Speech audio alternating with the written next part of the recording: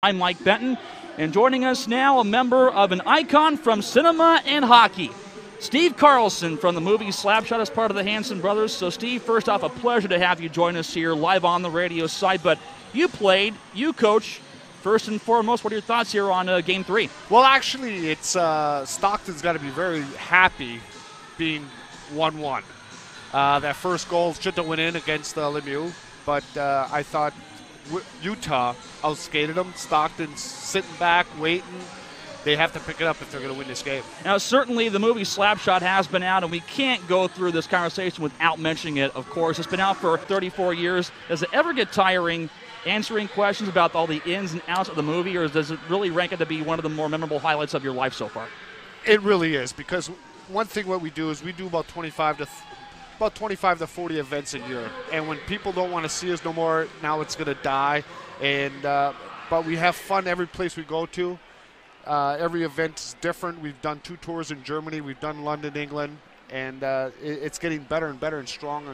It's not dying down, and it's so much fun. It really is. Once we get into the arena, the travel's tough, but once we get into the arena and we meet the people and we talk to people, we talk to our fans, it's really fun. Very ironic that, of course, being a part of the whole scene, the movie based on, of course, the Johnstown Jets, in the movie the Charlestown Chiefs, of course, but later on we saw the Johnstown Chiefs emerge in the ECHL, a team that you coached, by the way, with the ECHL's upbringing about 2 decades ago. Going from player to coach, what were some of the challenges that you addressed, and really was all those cracked up to be essentially as far as that coaching was concerned for you?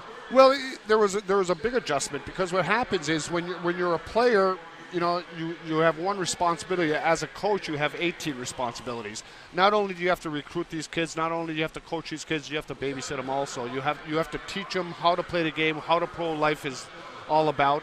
What I have really proud of in my 4 years in Johnstown, I put 13 players in the National Hockey League. 13 of my players playing in the National Hockey League, so I'm very proud of that. But it's really hard for the money they make at this level. You know, you got college grads, when you have a diploma in your back pocket, the last 5 minutes of the game, you're up by 1 goal, and you say, okay, boys, you got to go down and block this shot. They're going to look at you and say, what? You know, I'm not making $3.5 million, $4.5 million. It's really hard, but the players that want to make it to the National Hockey League will block that shot, and they'll move on to a higher level. It came about a little over 10 years after you had a chance to play as well in the NHL as part of the Los Angeles Kings. What's the best part about playing up in what they call the show? Playing in the show. That playing in the show, no one understands what it's like. You know, you can play in Stockton, you can play in Utah, wherever you're playing at the American League, whatever. But once you get into the show, when you play at the Boston Gardens, the Montreal Forum, the Toronto Maple Leaf, New Madison Square Gardens, it's playing in the show in front of 20,000 people. There's nothing like it. Now, I thought one of the more interesting things as we go back, of course, to the movie once more from Slapshot, as we're joined once more by Steve Carlson, a member of the Hanson Brothers, live here in intermission number 1. They often say that movie was more or less based off of real-life situations as well in minor league hockey. How close to 100% do you guess that movie was off of real life? 75% of the movie is actual facts. We reenacted going in the stands after Jeff scored a goal, going in the stands, getting arrested, jumping a team in warm-ups. That was against the Buffalo Norsemen. We went in the stands in New York. We were up for 1 to 5 years. We got 3-year probation for going in the stands. Jumping Buffalo Norsemen in the playoffs. They wouldn't return on the ice. They forfeited the game. We won the series. You got to understand that was the Broad Street Bully days, where fighting, when someone dropped their gloves, everyone dropped their gloves. We're Americans. All 3 of us were Americans, so the game was dominated by Canadians, so you had to do what you had to do to make it to the National Hockey League, or at that time the WHA, where we played with the Minnesota Fighting Saints. So I was very fortunate to have my 2 brothers as my wingers, 6'3", 225 pounds, dumping in their corner. Go get it. I'll be the deep slot, feed me, and I'll score goals. So I was very fortunate to have that. In terms of making the movie, what's the one thing that you wish people realize and what they may not know, either of the joys or the challenges of trying to film a movie just like that? Well, when you film for 3 months and you get dressed at 7 in the morning, your scene don't come up till 5 in the afternoon, you have to monitor your time very closely. You can't go towards where the adult beverages are too often, because by 4 o'clock you're not going to make it.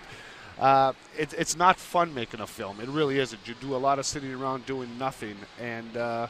But when you have great friends like Paul Newman, where he would go into his camper, we'd sit there and talk, and we would go in his private jet to a racetrack watch him race his car around a little bit, then fly back to Johnstown, and we'd film the next day. But you have to remember also at that time, we were only, I was with the Minnesota Fighting Saints. My first 3 paychecks bounced. So making the money with Universal Studios meant I didn't have to work that summer. Of course, they say hockey players and coaches are nomads, bouncing from Minnesota out to Long Island and now to Sacramento. How's it living up there? Living in Sacramento is really good. When I'm talking to my brother in Michigan and Dave Hanson in Pennsylvania, and they're shoveling snow, I'm not. I'm on the golf course golfing, taking a sweet old time because Sacramento has been really good to us, me and my fiance. It's been really great. We enjoyed a lot. We have Vicky's from Stockton area, and she has a lot of family here, so it's really good for us. Steve, always well-spoken. The legacy lives on. Thank you for joining us. Thank you, Mike, very much for having me. I'm hopefully tonight Stockton's going to pick it up a little step here, and they're going to win this game here and move on to the next round.